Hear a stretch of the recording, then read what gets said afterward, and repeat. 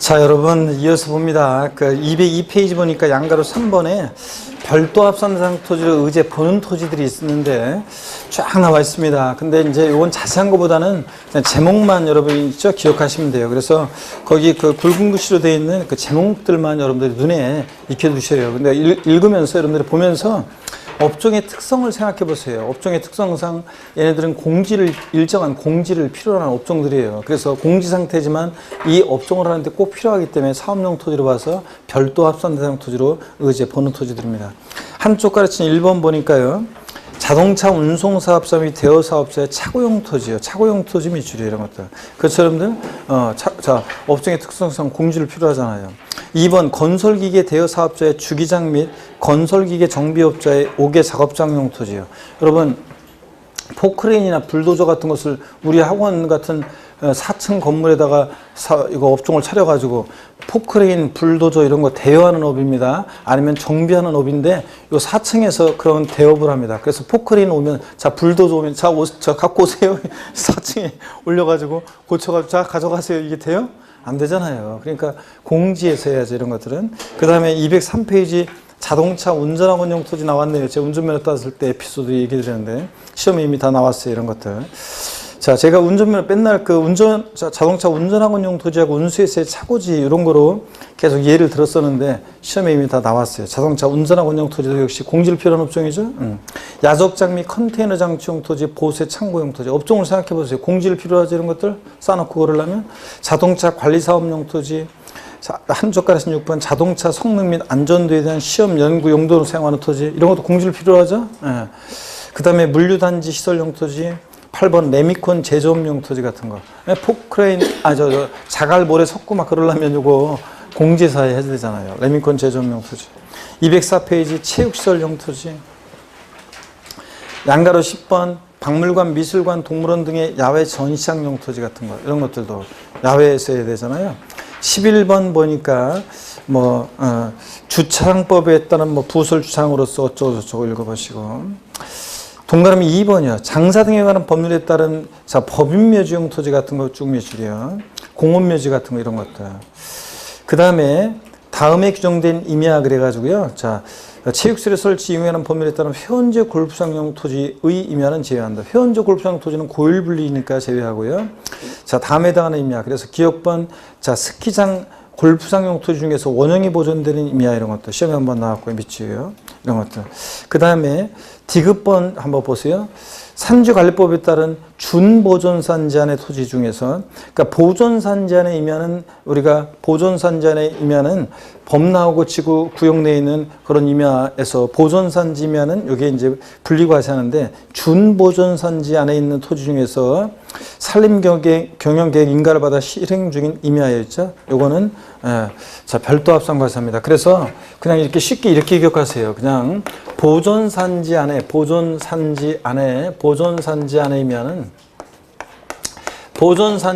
임야는 요거는 뭐하고요? 보존산지 안에 임야는 요거 분리과세하고 그 다음에 그 준보존산지 안에 임야였죠. 준보존산지 안에 임야는 요건 뭐하고? 별도 합산과세하고. 자, 그래서 여러분들이 이렇게 기억하면 됩니다. 그래서 그냥 보존산지 안에 임야는 분리과세하는데 준보존산지 안에 임야는 뭐 한다고요? 별도 합산과세합니다.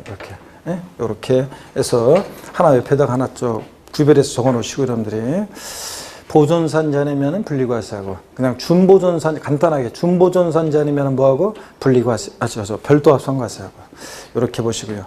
그 다음에 쭉 내려와서 동그라미 4번 종자업자가 소유하는 토지, 종자 연구 및 생산에 이용하는 토지 이런 것들 쭉. 그 다음에 6번에 보니까 견인된 차 보관 도로교통법에 따라 견인된 차 보관용 토지요. 견인된 차 보관하는 토지. 견인된 차 보관하려면 공지에다 세워놔야 될 거냐? 이런 것들. 그 다음에 7번 폐기물 최종 처리업 또는 폐기물 종합 처리업에 허가를 받은 소유는 폐기물 205페이지 폐기물 매립용에 직접 사용하는 토지. 여기 밑줄에 폐기물 매립용에 직접 사용하는 토지. 이런 것들이 자 폐기물 매립하는 토지면 공지에다 해야죠. 실내에다가 쌓아놓을 수는 없잖아요. 그러니까 업종의 특성상 다 이렇게 공지를 필요한 업종들입니다. 쭉 이런 것들을 틈나는 대로 이렇게 공지 필요한 업종을 상상하시면서 읽어보시면 됩니다. 자 4번 205페이지 종합합산 대상 토지입니다. 이제 분리 별도 다 받고 이제 종합합산해요. 자 보니까 과세 1년제 납세 의무자금 소유권 토지 중에서 쭉 밑줄입니다. 별도나 분리 대상이 되는 토지를 제외한 나머지 토지가 뭐가 된다? 종합합산 대상이 됩니다. 다만 다음 중 어느 해당하는 토지는 종합합산 대상으로 보지 아니한다 그래가지고요. 1번에 보니까 재산세가 비과세되거나 면제되는 토지 밑줄, 또 2번 재산세가 경감되는 토지, 경감비율에 해당하는 토지는 종합합산 대상으로 보지 않는데요. 이게 별도 합산에서도 이런 게 있었는데요. 여러분 무슨 얘기냐면 여기 보세요.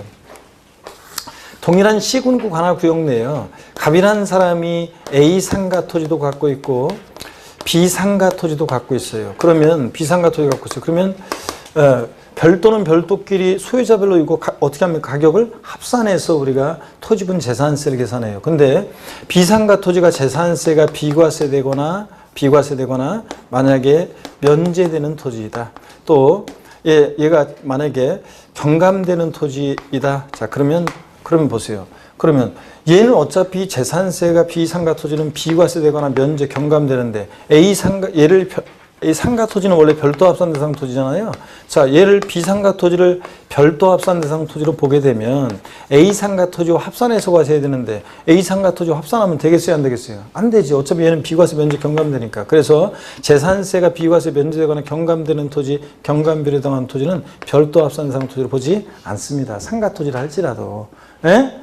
합산해야 되니까 다른 토지 합산시키면 안 되잖아요. 그래서 그런 얘기입니다. 재산세가 비과세 면제 경감되는 토지는 자 별도 합산 대상 토지로 또는 종합 합산 대상 토지로 보지 않습니다. 지금 여기서 별도에서도 이런 게 나와 있어요. 그래서 이게 지금 나대지 잡종지다 그러면 똑같아요. 그거 똑같이. 그래서 별도나 종합으로 보지 않습니다. 재산세가 비과세 면제되거나 경감되는 토지는 별도나 종합으로 보지 않습니다. 별도 합산에서도 여기 있었어요. 똑같은 얘기입니다. 종합 합산 나대지가 A 나대지 B 나대지가 있는데 나대지가 만약에 비과세 면제 경감된다 그러면 B 나대지가 그러면 A 나대지와 합산해야 되니까 합산시키지 않기 위해서 얘를 종합 합산해서 제외합니다. 그런 얘기입니다. 이해되십니까 여러분?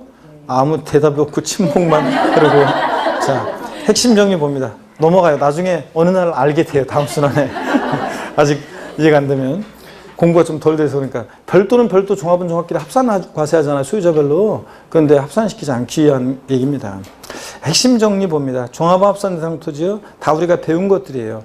자, 특별시 광역시 시지역의 도시지역의 안에 개발장구역과 녹지지역을 제외한 지역 안에 있는 농지나 목장용지. 자, 위치 볼 때 농지하고 목장용지. 있을 곳에 있지 않은 도시지역 내 개발장구역 녹지지역을 제외한 도시지역 내에 있는 목장용지, 농지는 자, 얘 뭐예요? 종합합산. 있을 곳에 있지 않을 때. 2번 목장용지나 공장용지, 영업용 건축물의 부속토지로서 앞동네 뭐라고 되어 있던 뒷동네 기준면적을 초과한 토지는 볼 것이 뭐가 되고 종합합산. 다 체크입니다. 3번 건축물의 시가편액에 해당 부속토지 시가편액의 2%에 미달하는 토지 중에서 건축물 바닥면적은 별도고 바닥면적을 제외한 토지는 이 저거의 건축물 없는 나대지로 봐서 뭐가 된다고 그랬어요? 종합합산 과세한다고 그랬습니다. 그랬잖아요 아까. 그 다음에 4번 건축법상 허가받지 않은 무허건축물의 부속토지는 역시 무허건축물도 똑같아요. 아까도 나왔지만 무허건축물은요. 이게 만약에 무허건축물의 부속토지예요. 이게 무허가다 건축물이 그러면 건축법상 허가받지 않은 건축물은 건축물 없는 토지로 봐요. 건축물 없는 토지니까 뭐가 돼? 나대지. 그래서 건축법상 허가받지 않은 건축물의 부속토지는 역시 건축물 없는 나대지로 봐서 뭐가 된다? 종합합산이에요. 그 다음에 원래 고양이 종합합산 대상의 토지가 있습니다. 어떤 거예요? 나대지 잡종지 이런 애들. 다 체크입니다. 나대지 잡종지 종합합산이고요. 그 다음에 5번 신탁재산에 속하는 합산 대상 토지 합산 방법입니다. 여기 시험에 나올 것 같은데 희한하게 이거 안 나오고 있어요. 그래서 이것도 꼭 잘 알아둡니다. 불표시해 놓고요. 이 시험에 나올 것 같은데 안 나와요. 신탁법에 따른 신탁재산에 속하는 종합합산 대상 토지 별도 합산 토지 합산 방법은 다음과 같다. 그래서 1번이요. 신탁재산에 속하는 토지는 수탁자 고유재산에 속한 토지와 서로 합산하지 아니한다. 밑줄 짝이요. 당연하지. 신탁토지하고 수탁자 고유토지를 왜 합산해요? 그 다음에 위탁자별 구분되는 신탁재산에 속한 토지의 경우 위탁자별로는 각각 어떻게 한다? 합산합니다. 자, 그래서 여러분요, 예를 들어서 우리 보시게 되면 만약에 갑이란 사람과 을이란 사람이 있는데 신탁법에 의한 신탁을 합니다. 신탁법에 의한 신탁을 하는데 갑과 을은 믿고 맡기는 사람 위탁자, 그 다음에 병수탁자가 있어요. 병이라는 수탁자가 있습니다. 그랬을 때 수탁자가 있을 때 갑이라는 사람이 A 토지하고 A 다시 토지를 신탁했고요. 을은 B 토지를 신탁했어요. 그러면 이따가 나오지만 위탁자별로 구분되는 이 신탁 토지에 대해서, 신탁 재산에 대해서 누가 재산세 납세무자가 된다고 지난 시간에 배웠어요? 이따가 또 나오지만 누구? 수탁자가 납세무자잖아요. 신탁 토지는 누가 납세무자다? 수탁자. 이런 건 알고 있어야지. 그래도 어려운 것도 아니잖아, 이런 거는. 지난 시간에 배운 분들은. 근데 C라는 토지는 수탁자의 고유 토지예요. 수탁자 병의 고유 토지예요. 수탁자 병의 고유 토지입니다. 얘네들이 전부 다 동일한 시군구 관할 구역 내에 있다고 하고 전부 다 상가 토지라고 가정할게요. 그러면 전부 다 신탁하면 병명의로 등기 등록이 되어 있습니다. 그랬을 때 그때 이 신탁 토지 A-B 토지, 이 신탁 토지하고 수탁자 고유 토지는 동일한 시군 관할 구역 내에 있다 할지라도 원래는 별도는 별도, 종합은 종합끼리 소유자별 합산해서 과세하잖아요. 우리가 11월, 1, 2월 달에 배운 게 별도는 별도, 종합은 종합끼리, 토지는 어떻게 한다? 합산과세한다. 인쇄 성격이 있어서. 주택은 주택별로 따로따로 하고 이걸 배운 거예요. 자, 그래서 수탁자 고유 토지하고 신탁 토지는 동일한 시군 관할 구역 내에 있어도 합산한다, 안 한다? 합산하지 않습니다. 근데 위탁자별로는요. A와 A- 위탁자별로는 갑이 신탁한 토지예요. 위탁자별로는 어떻게 한다고요? 합산합니다. 위탁자별로는 합산한다는 얘기입니다. 그래서 별도는 별도, 종합은 종합끼리, 같은 유형끼리. 그래서 수탁자 고유토지와 신탁토지는 왜 합산해요? 수탁자 고유토지하고 합산하지 않는데 위탁자별로는 어떻게 한다? 합산한다. 이런 얘기입니다. 별로 어려운 얘기는 아닌데 지금 여러분들. 자, 206페이지로 넘어가겠습니다. 예제 문제를 한번 풀어볼게요. 다음은 지방세법상 재산세 분리과세 대상 토지에 해당하는 것이다. 틀린 것은 그랬습니다. 1번에 경작에 상하지 않고 있는 개인 소유 전답과선, 농사 안 짓고 있으니까 농지가 아니잖아요. 그럼 뭐가 돼요? 총합합산이지 뭐. 분리나 별도에 속하지 않으면 총합합산. 2번 1990년 5월 30일 이전부터 종중이 수유하는 농지. 종중이 수유하는 농지 뭐가 됩니까? 종중수의 농지, 종중수이면 뭐가 돼요? 분리. 그 다음에 3번 개인이 축산용으로 사용하는 도시옥박 소정 기준면적 이내의 목장용지. 목장 나오면 위치면적을 따져야죠. 도시옥 바뀌면 일설 곳에 있죠. 기준면적 이내니까 일설 곳에 있고 기준면적 이내니까 뭐가 돼? 분리. 4번이요. 자, 부동산 투자회사법에 따라 설립된 부동산 투자회사가 목적사업에 사용하기 위해서 수요하는 토지요. 공장, 염전, 터미널용 토지, 부동산 투자회사 소유 토지. 각종 무슨 공사 소유 토지는 빵 2% 조율분리상 토지입니다. 빵 2%, 공장 용지와 함께 빵 2% 조율분리과세를 상당하는 토지고, 그 다음에 회원제 골프장용 토지는 고일분리죠? 골프장 고불학장 토지는 뭐예요? 고일분리. 그래서 분리상이 아닌 거 1번이었습니다. 자, 그 다음에 1번은 종합이고. 예제 문제 두 번째 봅니다. 역시 기출문제인데 지방세법상 재산세 대상 토지를 분류하는 것으로 틀린 것은 1번 지상 정착물이면 나대지 상태의 토지. 나대지 잡종지는 원래 고향이 어디입니까? 종합합산 대상 토지. 그 다음에 여객자동차 터미널용 토지, 공장, 염전, 터미널용 토지, 부동산 투자회사 소유 토지, 각종 공사 소유 토지는 뭐가 됩니까? 분리요. 앞으로 수없이 듣게 될 거니까 외우게 될 거예요. 분리과세고. 그 다음에 3번 읍면지역에 수자는 공장 건축물의 속토지로서 법령 소정의 입지균 면적 안의 토지. 자, 공장은 토지용 문제 풀 때 뭘 봐요? 위치 면적. 자, 읍면적, 군읍면적이면 깡촌이죠? 있을 곳에 있고 규면적 이내니까 뭐가 돼? 분리. 3번 틀렸네요. 공장이 별도가 되는 게 있긴 있었죠. 공장이 시지역에 주거지역이나 상업지역에 있고 기준면적 이내일 때는 그 일세일 곳에 있지 않을 때 공장은 일반 건축물의 속토지로 봐서 기준면적 이내일 때 뭐가 돼? 별도와 상과세 있잖아요. 그랬죠 여러분들? 그거만 그런 거지. 여기서는 일세일 곳에 있고 기준면적 이내니까 뭐가 돼? 분리입니다. 3번 정답. 4번 건축법 중에서 허가받을 건축물로서 허가받지 아니한 건축물의 속토지 뭐가 됩니까? 종합. 그 다음에 건축물, 공장용 제외하고 의 시가편액이 해당 부속토 시가편액이 2%에 비달할 때 이 저거역 건축물, 바닥 면적은 뭐가 되고? 별도. 바닥 면적을 제외한 토지는 저거역 건축물 없는 나대지로 봐서 뭐가 돼? 종합합산이에요. 자, 그래서 이렇게 문제를 풉니다, 여러분. 대충 어떻게 푸는지 알겠죠? 예, 그래서 5, 6월 달에 또 요약집 하면서 또 정교하게 하고 나중에 이제 문제를 통해서 다양하게 사례 연습하면 돼요, 이제. 그러면 207페이지 제5 3절 납세무자입니다. 자, 그래서 이제 지방세에서 제일 중요한 부분은 제일 어려운 부분이 취득세 세율이고 또 그 다음에 이제 지방세에서 어려운 게 토지용 구분인데 재산세. 이거 이제 어려운 거 다 했어요. 이제 나머지는 이제 자꾸 이제 성의 문제예요. 나머지는 어려워서 어려운 게 아니라 이제 또 이제 양도세 나올 때까지 이제 어렵다 이런 얘기 나오면 그러면 성의가 없는 분이에요. 성의가 없는 분이에요. 왜냐면 자꾸 보면 되는데 뭐 수업 듣고 자꾸 보면 되는데 좀 외우고 보고 이렇게 하면 되는데 그 안 보고 그러니까 어렵다 이러는 거지 뭐. 그래서 이제 지금부터는 이제 성의가 없는 분이에요. 어렵다 그러면 그러니까 지금 잘 보면 이제부터 이제 변명의 여지가 없어 이제 여러분들 제3절 납세무자입니다. 고기 한번 드시고요. 자, 목 운동부터 한번 하겠습니다. 또 아이고 잠을 잘못 잤는지 목이 아파가지고 반대로 돌리시고 허리도 좌로 우로 봅니다. 아이고 자, 어깨도 돌리시고 기지개도 돌리고 자, 뭐 목련이 피어나고 있죠? 피고 있더라고요. 어제도 이렇게 보니까 목련이 막 피더라고요. 그래서 뭐 지고 있다고 벌써? 난 이제 피는 거 조금씩 보고 있는데. 그래서 하여튼 그 목련이 저구가 부르는 제가 양현이 부르는 하얀 목련도 좋지만 저구가 부르는 하얀 목련이 더 좋다고 내가 얘기했나요? 네. 한번 들어보세요. 마음이 심란해져요. 공부가 안 돼. 자, 그러니까. 한번 봅니다. 납세무자 보시면은 제3절 납세무자는 별표 3개죠? 당연히. 그래서 시험에 거의 한 5년 계속 나왔었는데 거기 보면 21회부터 해가지고 계속 나왔잖아요. 20회까지. 작년에는 종합문제 속에서 지문 한 줄 그냥 스치듯이 나왔는데 올해는 또 독립화음조로 나올 수 있습니다. 납세무자. 그래서 별표 3개 하시고 보겠습니다. 원칙적인 납세무자 봅니다. 재산세 납세무자는 일반적으로 그 재산을 사실상 소유하는 자예요. 실질과세 원칙상 등기등록과 무관하게 과세하잖아요. 그래서 재산세 과세기준 현재, 납기 개시일 현재 그럼 틀려요. 재산세는 항상 언제를 기준으로 판단해요? 화세 기준이에요. 요일 현재. 재산을 사실상 소유하는 자입니다. 몇 줄이에요. 그래서 원칙은 사실상 소유하는 자인데 시험에서 재산세 납세무자는 원칙적으로 재산세 과세 대장상의 소유자로 한다. 이러면 틀려요. 사실상 소유자고요. 양가로 2번 공유재산의 경우 지분권자 되는 경우 봅니다.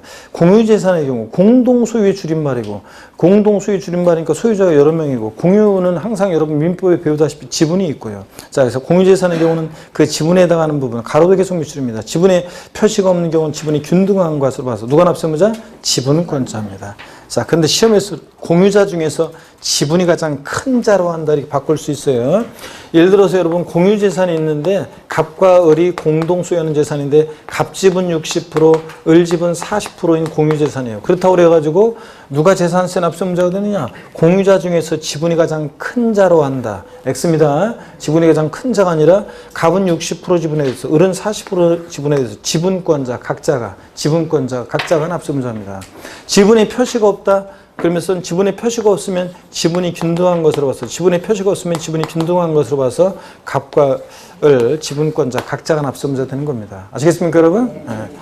자, 근데 시험에서는 지분에 표시가 없는 경우 공유재산의 경우 지분에 표시가 없는 경우에는 공유자 중에서 지방자치단체 장이 지정하는 사람으로 한다. X입니다. 그 다음에 양가로 3번 주택의 건물과 부속토지 소유자가 다른 경우요. 주택의 건물과 부속토지 소유자가 다를 경우 그 주택에 대한 산출세액을 자, 몇 줄입니다. 그 주택에 대한 산출세액을 건축물과 부속토지 시가 편액 비율로 안분 계산한 부분에 대해서 그 소유자를 납세무자로 본다. 몇 줄짜리고 시가 편액 비율 돼지꼬리 땡냐에서 면적 비율 X예요. 면적 비율에 따라 나누어 안분 계산한 부분 이름 틀려요. 시가 편액 비율입니다. 이런 거라고 그랬습니다. 여기 보세요, 여러분들. 어떤 얘기냐면 예를 들어서 자, 이건 어떤 얘기냐면 주택이 있는데요.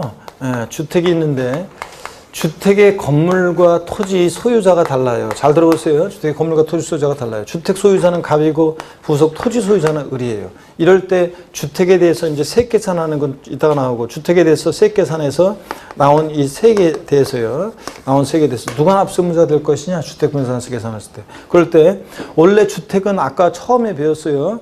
기초과정부터 또 배웠던 것이 주택은 항상 건물과 토지 공시가격 평가할 때도 하나로 평가하고 부속 토지까지 합친 가격이잖아요. 자, 그래서 개별 주택 가격이나 공동주택 가격, 주택의 시가총액에는 주택 가격을 합친 가격이고, 그 다음에 하나로 합해서 주택분산세로 통합과세하는 건데, 이럴 때는 보세요. 이럴 때는 이 나온 세 개 누가 납세문제가 되느냐. 이럴 때는 주택은 원래 공시가를 하나로 평가하지만 이럴 때는 주택의 시가총액을 따로따로 구해봐요. 그래서 주택 건물 부분과 토지 시가총액 비율이 6대 4의 비율이다. 그럼 저 나온 세액의 60%는 토지 소유자 의리, 40%는 주택 소유자 갑이나 납세문제가 된다. 그런 얘기입니다. 이해되십니까, 여러분? 시험에서 바꾼 다음에 주택의 건물과 토지 소유자가 될 때는 그 산출세액을 주택의 건물과 토지 면적 비율에 따라 안분 계산한 부분에 대해서 그 소유자를 납세문자로 본다. X입니다. 시가총액 비율로 나눕니다.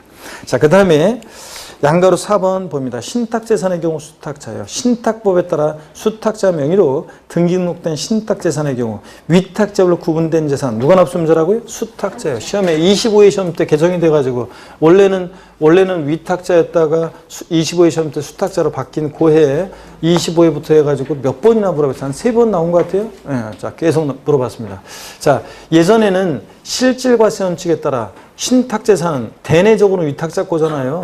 네? 대내적으로 위탁자 거잖아요. 근데 대내적으로는 위탁자 거지만 대외적으로는 수탁자 명의로 등기 등록되어 있습니다. 그래서 그 예전에는 실질과세 원칙에 따라서 명의와 상관없이 세금의 귀속을 실질적으로 해라 위탁자였었어요. 옛날에는. 그렇게 하다 보니까 어떤 문제점이 생겼냐면 사람들이 있잖아요.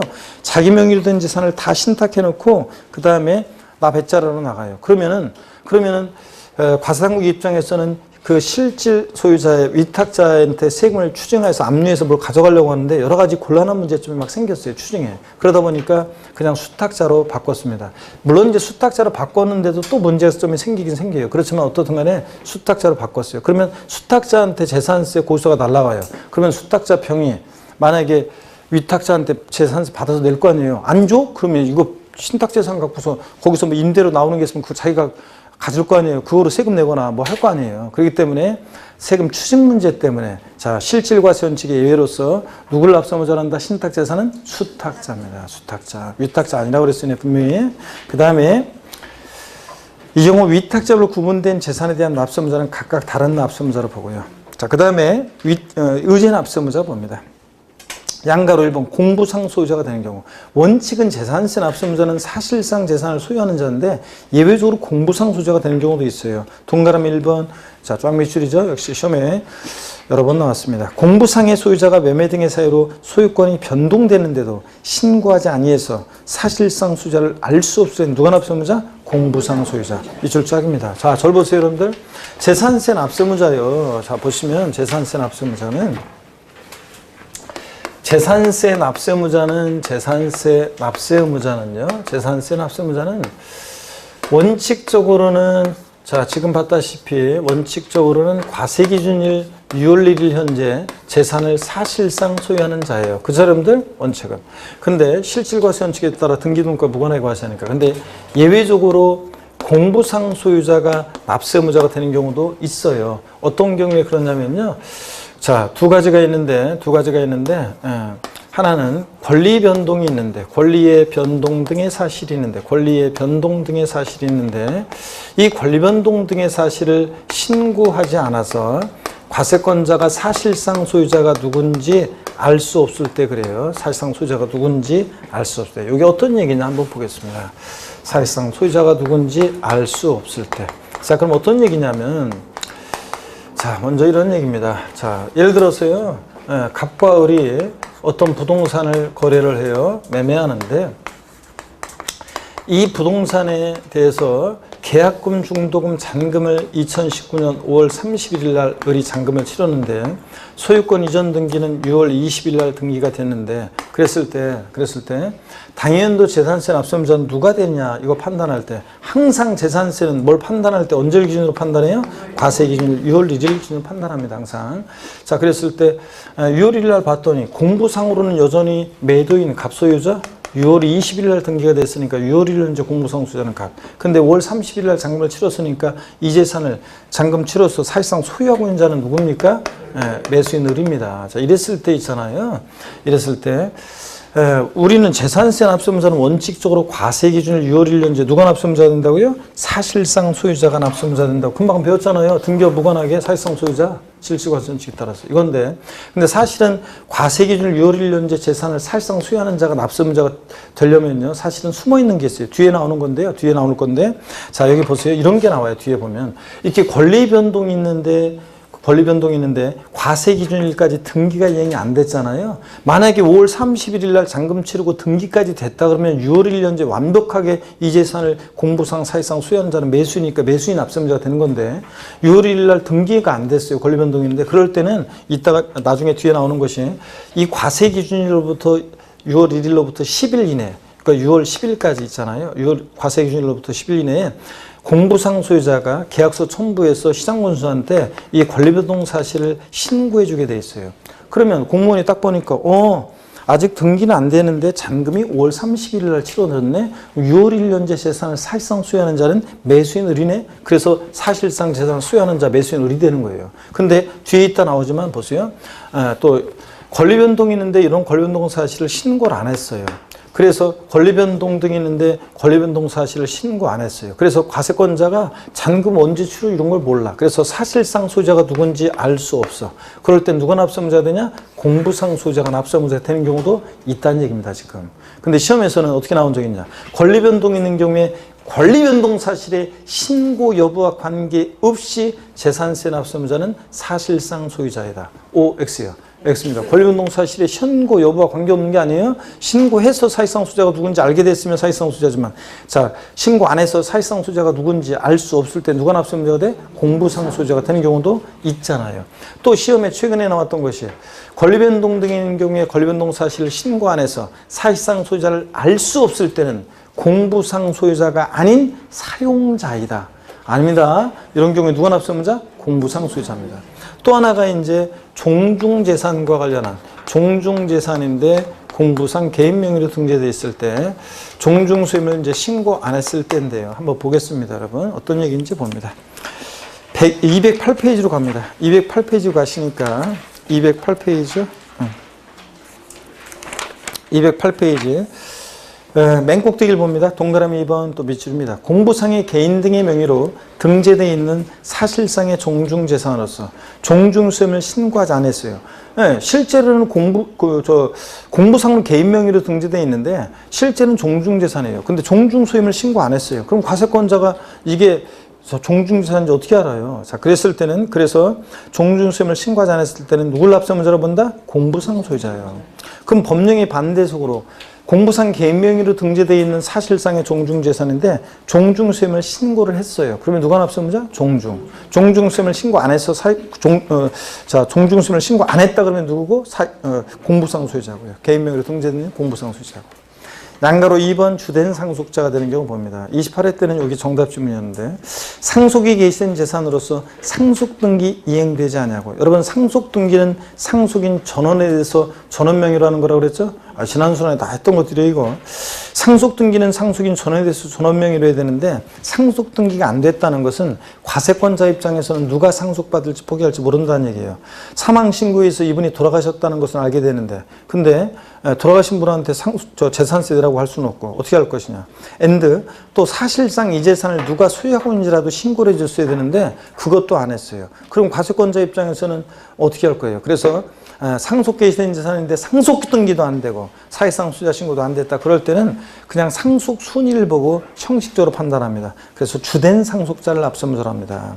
쫙밑줄이고 주된 상속자 결정의 제1순위 보충 내용을 보니까 민법상 상속지분이 가장 높은 자가 주된 상속자입니다. 상속지분이 자녀들은 다 1이라고 그랬죠? 아들이든 딸이든 장남이든 차남이든 결혼했든 안 했든 다 상속지분이 1인데 배우자는 5화를 가산하죠? 1.5. 그래서 배우자와 자녀가 상속순위 있다. 그럼 누가 납세의무자? 배우자가 주된 상속자가 되는 거예요. 상속지분이 가장 높은 자가. 근데 상속지분이 가장 높은 사람이 2인 이상이다. 그럴 땐 어떻게 한다? 나이가 제일 많은 사람, 연장자를 주된 상속자로 합니다. 자, 그래서 이런 거예요. 그 다음에 그래서 뭐 그런 얘기 드렸잖아요. 배우자가 2명 이상일 일은 없고 자녀들 이제 쭉 있을 때 그럴 때 이제 나이가 가장 많은 사람이에요. 왜요? 우리 배우자가 두 명 이상일 일 없잖아요. 그래서 제가 어떤 주부성한테 배우자 두 명이면 좋을 거 아니에요. 그랬더니 좋기는 하나도 지금 진짜 하나도 귀찮아 죽겠는데 두 명이면 아니 귀찮아요. 그러면서 이런 수강생이 있었는데. 자, 양가로 3번 보겠습니다. 예. 왜 다다익선이라 좋다고 하는 사람도 있는 거야 지금. 어떤 주부성생이 하나도 귀찮아 죽겠는데 지금 그러면서 양가로 3번을 봅니다. 매수계약자가 되는 경우요. 동그라미 1번 국가지자체 조합과 첫 번째 요건입니다. 대시 끊고요. 첫 번째 요건. 재산세 대상 재산을 연부로 매매계약 체결하고 대시 끊고요. 두 번째 요건입니다. 그냥 매매계약이 아니라 뭐요? 연부 매매계약 체결하고 그 재산의 사용권을 무상으로 받은 경우에는 누굴 납세무자로 한다? 매수계약자를 납세무자로 봅니다. 공부상으로는 연부금 다 치르기 전까지는 국가 등의 소유인데 실질적으로는 권리 변동이 됐다고 봐서 누굴 납세무자로 하냐? 매수계약자로 합니다. 2번 봅니다. 국가지자체 조합이 선승을 받아 조성하는 매매형 토지로서 사실상 조성이 완료된 토지 사용권을 무상으로 받은 자가 있으면 그 자를 매수계약자로 본다. 법령이 되어 있어요. 그 자를 매수계약자로 보니까 이때 누가 납세무자가 되냐? 사용권을 무상으로 받은 자예요. 사용권을 무상으로 받은 자가 납세무자가 됩니다. 이것도 2번도 시험에 두어 번 나왔습니다. 양가로 4번 봅니다. 채비지 또는 보류지의 경우 사업시행자요. 도시개발법에 따라 시행하는 환지 방식에 의한 도시개발 사업 및 도정법에 따른 정비사업의 시행에 따른 환지계획에서 일정한 토지를 환지로 정하지 않냐고 채비지 보류지로 여기부터 채비지 보류지로 정한 경우에 여기부터 환지로 정하지 않냐고 채비지 보류지로 정한 경우에 누가 납세무자? 사업시행자입니다. 사업시행자. 시공회사 아닙니다. 시공회사하고 사업시행자 다르잖아요. 시공회사 아닙니다. 또 사업시행 전 토지 소유자 이렇게 바꿔서 최근에 나왔었는데 사업시행 전 토지 소유자 아니에요. 채비지 보류지는 누가 납세무자? 사업시행자. 양가로 5번 소유권의 귀속이 불명한 재산의 경우 사용자 되는 거. 재산세 과세일련제 소유권의 귀속이 불명하지 않아서 소유권의 귀속이 불명하다는 게 어떤 건지 보충에 나와 있습니다. 보세요. 소유권의 귀속이 불명하다는 것은 소유권의 귀속 자체에 법적 분쟁이 발생해서 소송 중에 있어요. 갑이라는 사람과 을이라는 사람이 서로 소송 중에 있어요. 또는 공부상 소유자가 장기간 행방불명인 경우를 의미합니다. 그래서 갑이라는 사람과 을이라는 사람이 서로 보세요. 어떤 재산에 대해서 갑과 을이 갑이 공부상 소유자인데 을이 소송을 제기해서 자기 거라고 소유권을 놓고 지금 소송 중이에요. 소송 중입니다. 쟁송 중이에요. 그러면 과세권자 입장에서는 재판 끝날 때까지 얘가 승소할지 알 수 없잖아요. 그럴 때 재산세는 수익세이기 때문에 현재 이 재산을 사용하고 있는 누구요? 사용자를 납세무자로 합니다. 자, 그래서 다시요. 더 올라가서 봅니다. 재산세 과세기준제 소유권의 귀속이 분명하지 않아서 사실상 소유자를 확인할 수 없는 경우에는 누가 납세무자? 사용자를 납세무자입니다. 현재 그 재산을 사용하고 있는 사람이에요. 이제 수익을 받고 있기 때문에. 자, 그래서 소유권의 귀속이 분명하지 않는 재산에 대해서 사용자를 납세무자로 봐 재산세 부과할 때는 당연히 그 사실을 사용자에게 미리 통지해 줘야 되겠죠. 하여튼 사용자. 그 다음에 시험에서는 요거 소유권의 귀속이 불분명하여 사실상 소유자를 알 수 없는 경우에는 공부상 소유자를 납세무자로 한다. 그렇다죠? 근데 공부상 소유자는 어디 간지 알 수 없거나 그 자를 상대로 소송 중이니까 누구예요? 사용자입니다. 하여튼 사용자가 되는 건 딱 이거 하나예요. 소유권의 귀속이 불분명할 때 누구? 사용자. 209페이지 양가로 6번은 올해 신설된 건데 내용을 좀 고쳤죠 이거? 정오표에서 수정하라고 했습니다. 그 제목을 일단 수정해야죠. 수입하는 경우에 직접 사용하는 자 또는 여기까지 지웁니다. 입법 예고됐다가 이게 국회 마지막 통과될 때 이게 빠져버렸어요. 그래서 수입하는 경우에 직접 사용하는 자 또는을 지우고 그냥 수입하는 자, 수입자 또는 수입하는 자.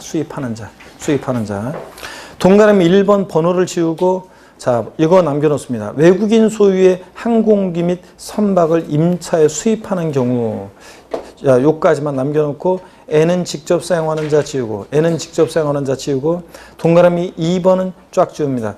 자, 국내 대여시설 이용자에게 대여해서 임차 수입하는 경우에는 요까지 지웁니다. 그래서 자, 남겨놓는 건 이거예요. 외국인 소유의 항공기 및 선박을 임차에 수입하는 경우에는 누가 납세무자? 수입하는 자지. 바꾼다 그러면 임차하는 자. 바꾸겠죠? 임차하는 자가 아니라 수입하는 자입니다. 수입하는 자. 이렇게 고쳐놓고 보충 내용 한번 보겠습니다. 1번에 과세 기준일에 양도 양수가 있는 경우에는 양수인을 납세무자로 본다. 자, 무슨 얘기냐면 여러분 보세요. 갑과 을이 어떤 부동산을 거래하는데 여기 보세요. 갑과 을이 어떤 부동산을 거래하는데 여기 보세요. 갑과 을이 어떤 부동산을 매매하는데요. 자, 우리가 과세기준일을 기준으로 했을 때 잔금을 과세기준일 6월 1일 이전에 잔금이 치러지면 자, 원칙적으로 과세일 6월 1일째 재산을 사실상 소유하는 자가 납세음자니까 누가 납세음자예요? 매수인 납세음자입니다. 자, 그래서 6월 1일 이후에 잔금이 치러지면 누가 납세음자예요? 매도인입니다. 그래서 사는 사람 입장에서는 당연도 재산세나 종부세를 부담하지 않으려면 6월 1일 지나서 잔금을 치러야 돼요. 6월 1일 이전에 잔금을 치르면 6월 1일 현재 재산을 사실상 소유하는 자가 납세음자니까. 근데 하필이면 잔금을요. 6월 1일 날 오전 12시에 만나서 갑과 을 만났고 을이 잔금을 치렀어요. 그랬을 때 과세 기준일에 양도 양수가 있을 때 누가 납세음자냐? 매수인 납세음자입니다. 그러니까 6월 1일까지는 6월 1일까지 잔금을 치르면 매수인이 내는 거예요. 자, 당연도 재산세는. 그러니까 사는 사람 입장에서는 6월 1일 지나야 돼요. 6월 2일까지는 괜찮아요. 6월 2일 날 잔금 치르던가. 하여튼 이렇게 해야 돼요. 그래서 과세일에 양도 양수가 있으면 누가 납세음자? 양수인. 2번 봅니다. 법인과 연보매매 계약을 체결하고 무상사용권을 부여받은 경우에는 매도계약자인 법인이 납세음자가 됩니다. 그래서 아까 반드시 국가지자체 조합과 연보매매 계약 체결하고 무상사용권을 부여받았을 때 매수계약자지 법인과 연보매매 계약 체결하고 무상사용권을 부여받았다. 그럴 때 누구라고요? 법인입니다. 매도계약자인 법인이에요. 이때 매수계약자로 바꾸면 틀려요. 핵심 정리 다 설명드렸는데 여러분들 다 설명드렸는데 거기 예외에서 그 맨 아래 거 직접 사용하는 자, 기억 직접 사용하는 자 지우고 니은 번호 지우고 수입하는 자만 남겨놓고 기억번에 외국인 소유 항공기 및 선박을 임차 수입하는 경우 요거만 남겨놓고 니은 번은 지워버려야죠. 니은 번은 지워버리시고요. 니은 번은 싹 다 지워버리시고요. 이렇게 해서 요거 개정세법 자 내용을 좀 수정합니다. 예제 문제 보겠습니다. 지방세법상 재산세, 과세일련제, 납세 의무자에 관한 설명으로 틀린 것은 그랬습니다. 1번에 공유재산의 경우에는 그 지분에 해당한 부분, 지분에 표시가 없는 경우에는 지분이 균등한 것으로 봐서 그 지분권자를 납세의무자로 본다. 맞잖아요. 공유재산 지분권자. 2번 소유권의 귀속이 분명하지 아니해서 사실상 소유자를 확인할 수 없을 때 누가 납세의무자? 사용자. 소유권 귀속 불명할 때 사용자. 3번 지자체와 재산세상 재산을 연부로 매매계약 체결하고 그 재산의 사용권을 무상으로 받은 경우에는 누가 납세의무자? 매수계약자. 공부상 국가 등의 소유지만 실적으로 권리변동됐다고 봐서 매수계약자. 4번이요. 공부상의 개인 등의 명의로 등재된 사실상의 종중재산으로서 종중수임을 신고하지 않았을 때는 누가 납세의무자? 종중수임을 신고 안 하면 과세권자 어떻게 알아요? 그러니까 누구? 공부상 소유자. 맞네요. 5번 상속이 개시된 재산으로서 상속등기 이행되지 않고 사실상 소유를 신고하지 않았을 때는 공동상속인 각자가 받았거나 받을 재산에 따라 납부함을 진다. 여러분 아까 조금 더 제가 설명을 드렸어야 되는데 상속 개시된 재산이요. 아까 208페이지 안가로 2번이요. 이거 상속 개시된 재산인데 상속등기 됐다 그러면 상속인이에요. 상속등기 되면 상속인이지. 근데 상속등기 안 되면 누가 상속인지 포기할지 모르잖아요. 근데 만약에 사실상 소유자 신고라도 해줬어요? 그러면 신고된 사실상 소유자예요. 상속등기 안 됐어도 사실상 소유자를 신고하면 그 재산을 누가 사실상 소유하는지 신고하면 사실상 소유자인데 그것도 안 했을 때 그때 누구라고요? 주된 상속자. 여기서 지금 다시 209페이지 맨 아래 보니까 5번이요. 상속 개시된 재산인데 상속등기 안 됐고 사실상 소유자 신고도 안 됐어요. 그러면 공동상속인 각자 아닙니다. 누구라고요? 주된 상속자입니다. 주된 상속자. 누가 상속받을지 몰라요. 주된 상속자입니다. 넘어갑니다. 210페이지 예제 문제 한번 또 봅니다. 210페이지 예제 문제 볼게요. 지방세법상 2019년 재산세 과세기준일 현재 납세의무자가 아닌 것을 모두 고른 것은 그랬습니다. 기억번 5월 31일에 재산세 과세상 재산의 매매잔금을 수령하고 소유권 이전 등기한 매도인이요. 여러분 자 여기 보세요. 매매하는데 5월 31일 날 잔금주 치르고 소유권 이전 등기까지 했대요. 그럴 때 매도인이 납세의무자예요? 아닙니다. 6월 1일 이전에 과세기준일 현재 봤을 때는 완벽하게 공부상이든 사기상이든 누구 거예요? 매수인이지. 매수인 합성자인데 매도인 그랬으니까 틀렸죠, 여러분들? 예. 그 다음에 니은번. 공유물 분할 등기가 이루어지지 않는 공유토지 지분권자. 공유재산은 누가 합성자예요? 지분권자. 공유물 분할 안 됐어요. 등기 안 됐어요. 그럴 때 공유토지 누가? 지분권자. 지분이 있을 때 지분권자. 니은 맞죠? 예. 디귿번 신탁법에 따라 위탁자로 구분되어 수탁자 명의로 등기 등록된 신탁재산은 위탁자입니까? 아닙니다. 신탁재산은 누가 납세의무자? 수탁자. 디귿번 틀렸고. 릴번. 도시환경 정비사업 시행에 따른 환지기에서 일정한 토지를 환지로 정하지 않냐고 채비지 보류지로 정한 경우에 종전토지 소유자. 채비지 보류지는 누가 납세의무자? 사업시행자입니다. 자, 그래서 아닌 것은 니은번 빼놓고 기역 디귿 리을번이 아니죠, 여러분들? 4번 정답입니다. 이렇게. 자, 그 다음에 제4절 과세표준 및 세율도 여러분이 별표 3개 합니다. 이게 독립한 문제로도 얼마든지 또 나올 수 있고 종합 문제에서도 나올 수 있고 또 최근에 또 좀 그렇기 때문에 과세표준과 세율은 별표 3개를 합니다. 자, 제4절 별표 3개 하고 보겠습니다. 자, 또 어깨 한번 돌리시죠, 여러분들. 또 한번 어깨 한번 돌리고 스트레칭 한번 또 하시고. 예. 아이고, 자, 예. 또 어깨 한번 돌리시고. 예, 좋습니다. 그렇지. 예. 자, 뭐 혼자서 딱 이런 다음에 또 왜 웃으셔? 하여튼 하시고 알아서 하여튼. 다 안 하는 거예요, 여러분들? 예, 안 하면 뭐 진짜 놀아가야지 뭐. 알아서 몸을 푸시라니까. 예. 아이고, 자, 이어서 보겠습니다.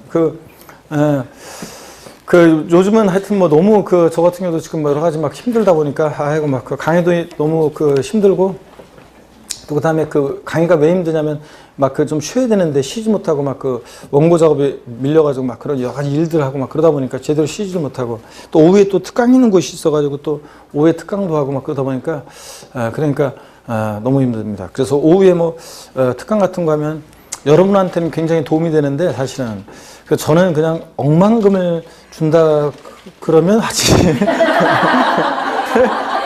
억만금을 주면 해야지 몸이 부서져라서. 근데 뭐 억만금도 아닌데 그냥 어설프게 그냥 저는 그냥 저 오후에 특강하는 거 제일 싫어하거든요. 원래 그냥 오후 특강하면은 저녁 때 힘들어가지고 그 다음 날도 계속 그렇게 힘들고 그래서 오후 특강을 하는 걸 아주 싫어합니다. 근데 여러분한테는 힘들어서 그렇지 도움이 굉장히 됩니다. 이렇게 그런 것들이. 그래서 힘이 들어도 그래서 하고 있는데 요즘 그러다 보니까 막 이런저런 게 겹치고 집안의 일이 또 겹치고 막 그러다 보니까 그냥 요즘은 낙이 없어요 요새. 그래서 저 같은 경우 요새 맨날 탈출만 꿈꾸고 있어요. 그래서 조금 조금 이제 바쁜 거 조금 저기 해주면은 그러면 좀 바람도 좀 쐬고 좀 그러려고 합니다. 그래서 바람 쐰다는 게 딴 거 없어요. 혼자서 이렇게 무슨 뭐 낚시를 가든 혼자서 어디 그냥 차를 몰고 정처 없이 그냥 달려보는 거예요. 막 그냥 아무데나 막 그냥 그래야지 막 그래야 돼요. 목적지를 딱 정해놓고 막 가잖아요. 그런 여행 그런 거 보면 이런 걸 풀 수가 없어요. 그래서 그냥 아무데나 그냥 막 가고 싶은 대로 그냥 가야지.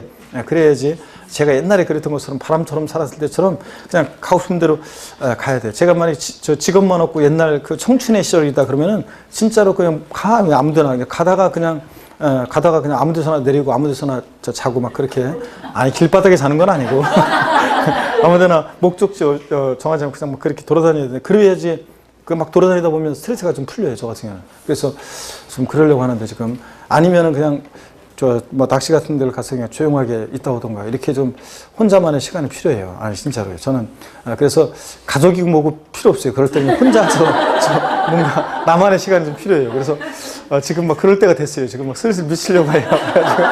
그런데 공부하는 수험생은 저 같은 감성이고 저 같은 저이면은 여러분들 글을 통해서 그냥 간접적으로 느끼시면 하세요. 여러분 제가 여러분들의 공부할 때 멘탈 게임이잖아요. 공부할 때 가장 감성적이고 공부할 때 오히려 여러분들이요 굉장히 공부할 때 이성적일 것 같지만 공부할 때가 가장 감성적이고 공부할 때가 가장 여러분들이 마음도 사실 편안하고 마음도 제일 저기 할 때예요. 생각도 이렇게 지적인 생각만 하면서 이렇게 넓을 때예요.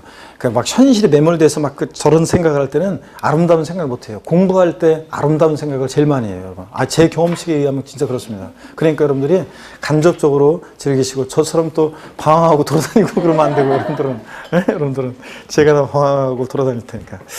자, 여러분 봅니다. 210페이지 보시면 제4절 과세표준 및 세율. 자, 본격적으로 한번 보겠습니다. 재산세 세금 계산은 어떻게 할 것이냐. 과세표준요. 재산가액이 과세표준인데 이때 재산세 과세표준은 자 밑줄이죠. 지자청이 결정하는데 개인 법인 소유에 관계없이 항상 뭐요? 시가순액으로 한다. 여러분 시가순액이라는 게 뭐냐면 지방세를 과세할 때 물건에 대한 기준이 되는 가격이잖아요. 기준 시가는 국세를 과세할 때 기준이 되는 가격이고 지방세에서 뭐라고요? 시가순액. 공시가격.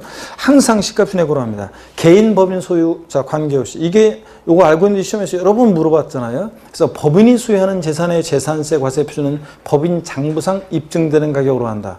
X입니다. 법인 소유 재산도 무엇으로? 시가순액으로. 그 다음에 국가나 지자체로부터 취득한 재산도 국가나 지자체로부터 취득한 재산은 시가순액에 관계없이 그 사실상 취득 가격을 과세표준금액으로 한다. X입니다. 국가나 지자체로부터 제가 저 뒷동네에 계신 분들 저 집중 안 하는 분들을 위해서 자 뒷동네 가지고 이거 저 카메라 그거 좀 움직일 수 있나? 그러면 이렇게 딱 해가지고 하면은 제가 이거 유선이니까 저기 딴짓 하시거나 아니면 집중 안 하는 사람들 그 옆에 가가지고 이렇게 수업을 해야 되는데 그죠? 그래도 되잖아. 지금 이게 이거 무선이라 이거 여기는 무선이어가지고 다른 데 유선이어가지고 갈 수가 없으니까 그런데 여기는 유선이니까 카메라만 좀 협조해주면 그냥 저기 가서 뒤에 가서 이렇게 앞에 바로 얼굴 앞에 바로 보면서 이렇게 설명을 하고 이렇게 하면 절대 딴지 못 하시겠죠? 집중해서 막 수업을 들을 텐데. 자, 요거 그래서 시험에서 국가나 지자체로부터 취득한 재산은 그 사실상 취득 가격을 재산세 과세표준금액으로 한다. 그러니까 시가순액에 관계없이 사실상 취득 가격을 과세표준한다. 국가나 지자체로부터 취득한 재산 X입니다. 취득세나 등록면허세는 국수공판법 부 국가 등으로부터 지자체로부터 취득했다. 그럼 취득세나 등록면허세 과세표준은 시가순액에 관계없이 그 사실상 취득가액을 과세표준금액으로 하잖아요. 근데 그거 취득해서 갖고 있을 때 보유세인 재산세는 매년 반복해서 부과되는데 20년 전에 시가순액 1억짜리를 8천만 원에 취득했어요. 그러면 부동산 가격 상승하든 말든 매년 처음 20년 전 그 8천만 원으로 재산세 부과해요? 사실상 추가요로? 말이 안 되겠죠? 그래서 국가나 지자체로부터 취득한 재산도 재산세는 항상 무엇으로요? 시가순액으로 과표 결정됩니다. 양가로 1번 다만 토지건축물 주택에 대한 과세표준이요. 토지건축물 주택에 대한 재산세 과세표준은 시가순액에 부동산 시장의 동향과 지방재정 여건 등을 고려해서 다음에 연에서 정한 범위에서 대통령령안을 정하는 공정시장가액을 곱하여 산정한 가액으로 한다. 그래서 밑줄은 토지건축 시가표준액의 밑줄 그리고 두 번째 줄 끝에 맨 끝에 공정시장가액을 곱하여 산정한 가액을 한다. 그죠? 토지건축물 주택에 대한 과세표준은. 그래서 211페이지 보면 토지건축물은 시가표준액의 50에서 100분의 90까지 범위에서 정하는데요. 이게 현재 공정시장가액 비율이 토지건축물 몇 프로요? 70%입니다. 주택은 시가표준액에다가 100분의 40부터 100분의 80, 40에서 80%까지 범위 정하는데 현재 공정시장가액 비율 주택은 몇 프로입니까? 60% 곱한 금액입니다. 자, 그래서 거기 양가로 2번 봅니다. 선박 항공기에 대한 재산세 과세표준은 과세기일년제 뭐로 합니까? 시가표준액으로 합니다. 얘는 공정시장가액비를 곱한다? 안 곱해요. 그래서 1번 재산세 과세표준 결정 시 공정시장가액비를 적용하는 것은 토지건축물 및 주택에 한합니다. 그죠? 선박 항공기는 공정시장가액을 곱한다? 안 곱하고. 별장과 고급택의 경우에도 시가표준액 적용되는 공정시장가액비는 주택은 무조건 60% 곱합니다. 그런 거지 뭐 별장이나 고급택이라고 달라지지 않습니다.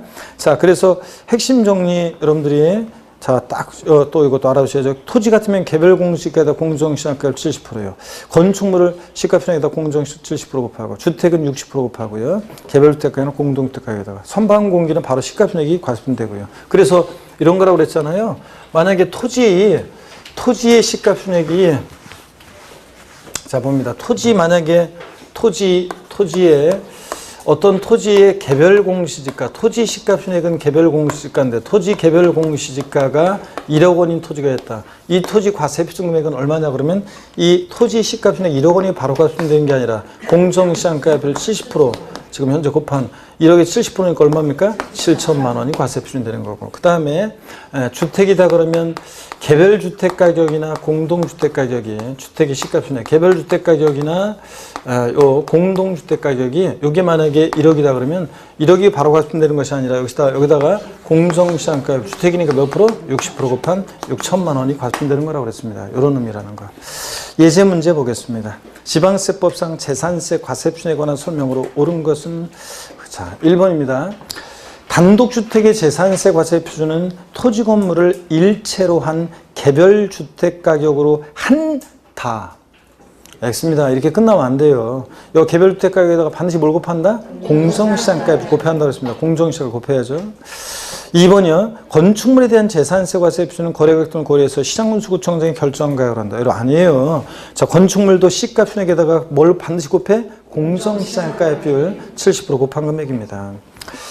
3번 토지 재산세 과세 표준은 개별 공시지가로 한다. 마침표 이러면 틀리다고 그랬습니다. 개별 공시가 바로 가산되는 게 아니라 여기다 뭘 곱해? 공정시장가액 비율 70% 곱한 금액입니다. 그 다음에 4번 공동주택의 재산세 과세 표준은 법령에 따른 시가 표준액의 100분의 60을 곱하여 산정한 가격으로 한다. 주택. 자, 시가 표준액에다가 공정시장 60% 주택이니까. 맞죠, 여러분? 네. 4번 정답. 5번 건축물의 재산세 과세 표준은 법인의 경우 법인 장부에 증명되는 가격으로 한다. 아니에요. 법인 소유 재산, 법인 소유 건축물도 자, 법인 소유 건축물도 시가 표준액에다 뭘 곱해? 공정시장가액 비율 70% 곱한 금액입니다. 자, 그래서 반드시 여러분들 시가 표준액 공정시장을 곱한다는 거 토지 건축물 주택은 넘어갑니다. 212페이지 세율입니다, 여러분. 자, 재산세 세율이 또 이제 또 좀 그래서 조금 또 잘 보셔야 됩니다. 재산세 세율이 또 조금 어려워요. 그래서 잘 여러분들이 또 아셔야 되는데 재산세는 이게 이제 그 세율 구조에 관한 거예요. 재산세 세율 구조에 관한 건데 세율 구조 같은 걸 잘 이해하셔야 돼요. 하여튼 표준 세율 아니죠. 이 세율 개요부터 봅니다. 재산세 세율은 과세상의 종류에 따라 달라진다. 재산세 세율 구조는 밑줄입니다. 차등 비례세율과 초과누진세율 다 적용됩니다. 비자의 동그라미, 누자의 동그라미. 비누, 누, 비누. 총론에 생각나세요, 여러분들? 예, 취득세 등록면세는 비례세율이고 재산세 비누, 비례세율, 누진세율 다 적용됩니다. 그 다음에 2번이요. 지자체장은 특별한 재정 수요나 재해 등의 발생으로 재산세 세율 조정이 불가피하게 인정될 때 표준 세율의 몇 프로요? 50%를 가감할 수 있습니다. 여기 몇 줄이죠? 다만 그 가감한 조정한 세율은 언제까지만? 해당 연도, 당연도, 해당 연도만 적용합니다. 그런 거지. 그의 조정 필요성 때문에 재해가 발생해서 재정 수요 무슨 올림픽이나 무슨 뭘 유치했어요. 아시안 게임. 그래서 재정 수요 때문에 뭐 세율을 조정할 필요성이 있다거나 이럴 때 그 해 조정 필요성 때문에 적용한 거니까 해당 연도만 적용하는 거지. 다음 연도에 한해서 적용한다 땡. 5년간, 3년간 적용한다 땡이라고 그랬죠? 해당 연도만 적용합니다. 그 다음에 동그라미 3번은 지자체 통합에 관한 거 읽어보시고요. 그 다음에 양가로 그 2번 표준 세율을 보겠습니다. 토지 세율인데요. 분리대상 토지, 자, 그 다음에 종합합산상 토지, 별도합산상 토지. 먼저요, 요거 어떤 얘기인지 세율 구조를 제가 먼저 한번 설명을 드리고요. 교재를 한번 같이 한번 더 보도록 하겠습니다, 여러분. 자, 어떤 얘기냐면 재산세 세율이요. 여기 쭉 한번, 지우고 한번 보겠습니다. 이쪽도 이따가 필요하긴 한데, 그래도 한번 지우고 한번 보겠습니다. 재산세 세율은 세율 구조를 한번 제가 쭉 한번 소개해 드려 볼게요, 여러분들. 재산세 세율 구조요. 보시면 먼저 재산세 토지의 경우에 재산세 세율 구조는 재산세는 비누, 비례세율, 누진세율 다 적용되는데 비례세율, 누진세율 다 적용되는데 먼저 토지의 경우 세율 구조는요. 자, 1월 과정에서 소개해 드렸던 거예요. 토지의 경우 재산세 모든 토지를 우리가 3개의 용어로 나눴어요.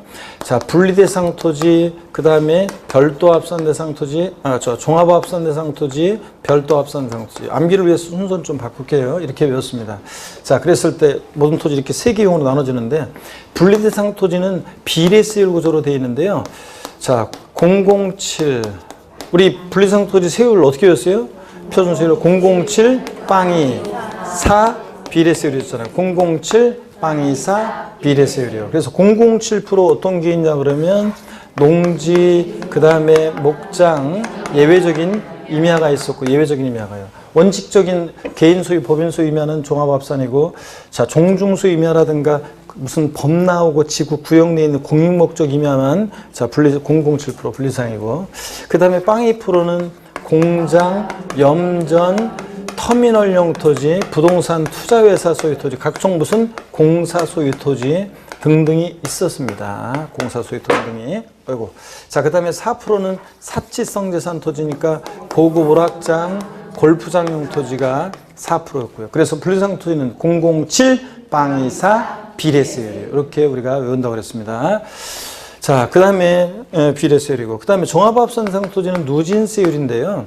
소유자별로요, 당의 소유자별로 종합은 종합끼리 합산합니다. 소유자별로 합산해가지고 과표관 3단계로 미리 말씀드리면 3단계로 초과 누진세율 정도됩니다.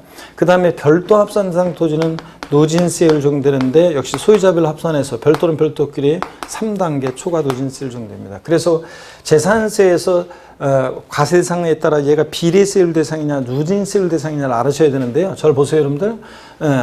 시험에 이렇게 나온 적도 있어요. 다음 토지 중에서 과세 표준 금액이 커짐에 따라 세율이 누진적으로 증가하는 토지는 이렇게 물어본 적이 있어요. 그러면 과표 크기에 따라 세율이 누진적으로 증가하는 토지는 종합합산과 별도합산상 토지 고르라는 얘기잖아요.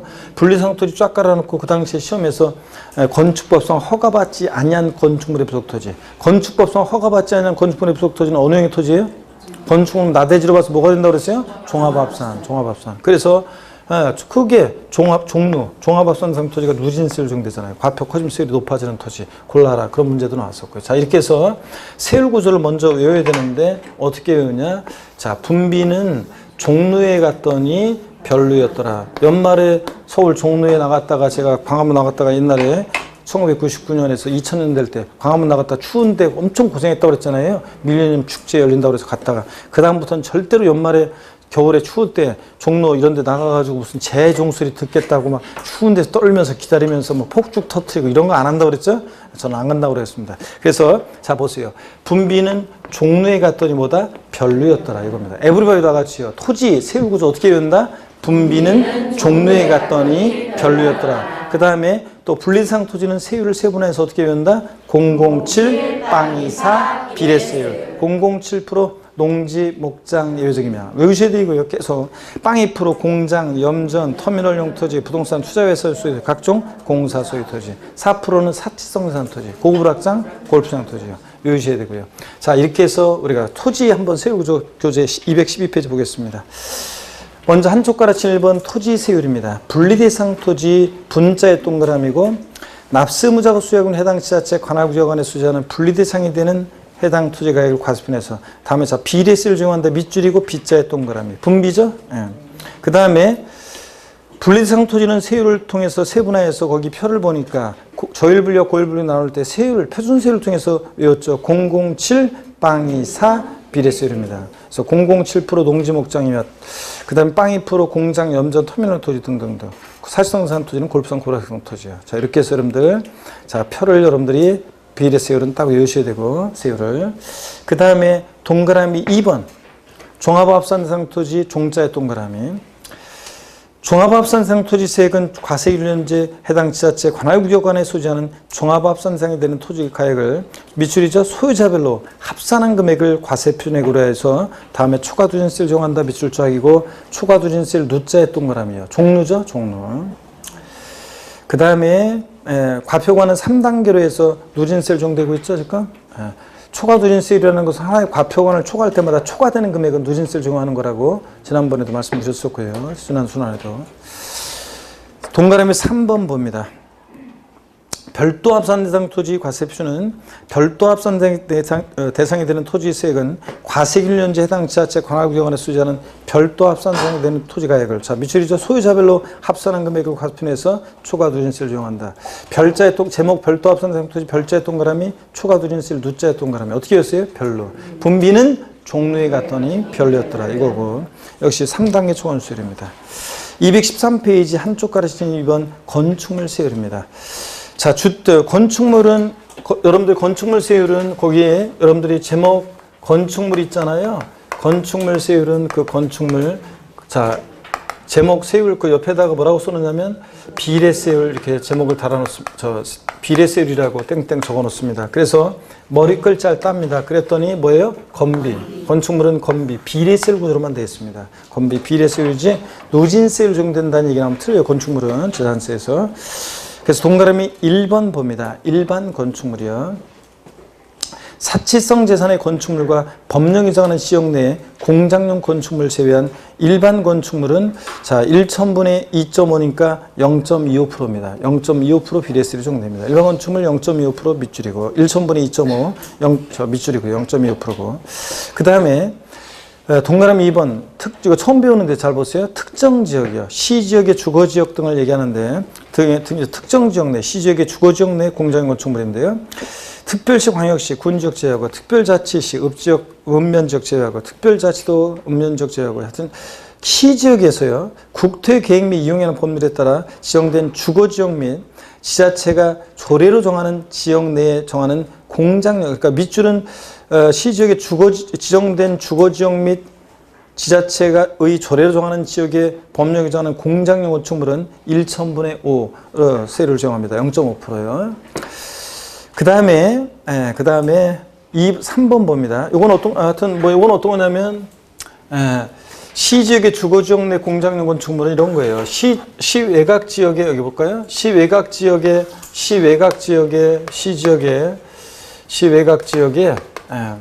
공장이 있었어요. 시외곽 지역에 공장이 있었는데 처음에는 주변에 집들도 없었는데 나중에 막 집들이 들어서서 여기가 주거지역이 돼요. 그럼 아무리 공장이 먼저 있었지만 주거지역에는 공장이 있으면 안 되겠다. 그래서 시지역의 주거지역 내에 있는 공장은요, 이제 이거 나가라 그런 의미에서 이제 표준세율의 2배, 0.5%로 세율을 적용합니다. 0.25%의 2배죠, 이게. 1,000분의 5, 0.5%로. 그 다음에 양가로 동그라미 3번을 봅니다. 과밀적지구역 내 공장 신설 증설의 경우 공장 건축물이요. 수도권 정비법에 따른 과밀적지구역을 적용받는 자, 산업단지와 유치지역, 공업지역은 제외하고 해서 공장 신설 증설하는 경우에 그 공장용 건축물에 대해서는 밑줄입니다. 최초 과세기준일로부터 그러니까 최초 공장 신증설일로부터 이러면 틀려요. 항상 재산세는 언제부터요? 과세기준일로부터입니다. 최초 과세기준일로부터 5년간 보유세다 보니까 한 번 중과세 끝나지 않고 5년간 표준세를 몇 배로? 5배로 세율을 적용합니다. 표준세를 5배 세율을 적용합니다. 자, 밑줄이고요. 그 다음에 사치성 재산 건축물, 골프장, 고부락장 내 건축물은 1,000분의 40 몇 프로요? 4% 세율 정합니다. 사치성 재산이니까 4%입니다. 토지, 골프장, 고부락장은 토지든 건축물이든 4%입니다. 그러면 여러분, 우리 길게 봐야 하는 것을 제가 간단하게 건축물 세율 정리해 드리겠습니다. 건축물은 건비인데, 여기 보세요. 지금 세율이 어떻게 정되냐면 0.25% 세율이 정되는 게 있고, 일반 건축물은 0.25%였고요. 0.25%. 그 다음에 0.5% 1,000분의 5, 0.5% 세율이 적용되는 경우가 있는데 시지역, 길게 돼 있지만 하여튼 시지역에 주거지역이라든가 시지역의 주거지역이나 지자체 조례로 정하는 지역 내에 있는 공장용 건축물은 0.5%고 나가라 그런 의미에서 그 다음에 또 1.25%인데요. 자, 그래서 0.25% 일반 건축물의 5배로요. 표준세율의 5배로. 일반 건축물의 5배로 해서 0.25%의 5배니까 1.25%가 돼요.